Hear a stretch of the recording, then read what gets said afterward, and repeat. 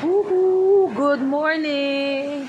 Happy Thursday morning. Rainy Thursday morning actually. Now it's around 5:50 in the morning. Nagpe-prepare ako ng mga bata. Although tapos na kaming mag-prepare. But then, dahil nga sa ating bagyo na parating, nandyan outside lang. But within the vicinity of the Philippines, ayan, si Bagyong Hana, nagpaparamdam na, or is this still Goring? I don't know, guys.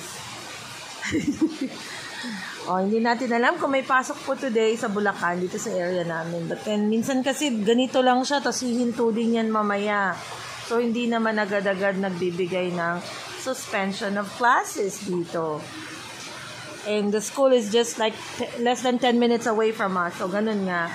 So, pero katulad namin na wala kaming broom. So, we have to use our pagiging makabayan, makabansa, makatao, char. Mga yung payong at saka kapote.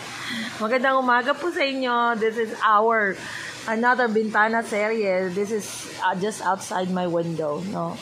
Hindi siya outside my room window, but from our living room. Kaya, maulan po today. Mag-ingat ang lahat mga bata. Mag-ingat po kayo. Mag-ingat lahat pagpasok. Yan. Okay. Keep safe and have a Thursday morning. Good Thursday morning, everyone. Let's wait. I'll see you guys around. Bye.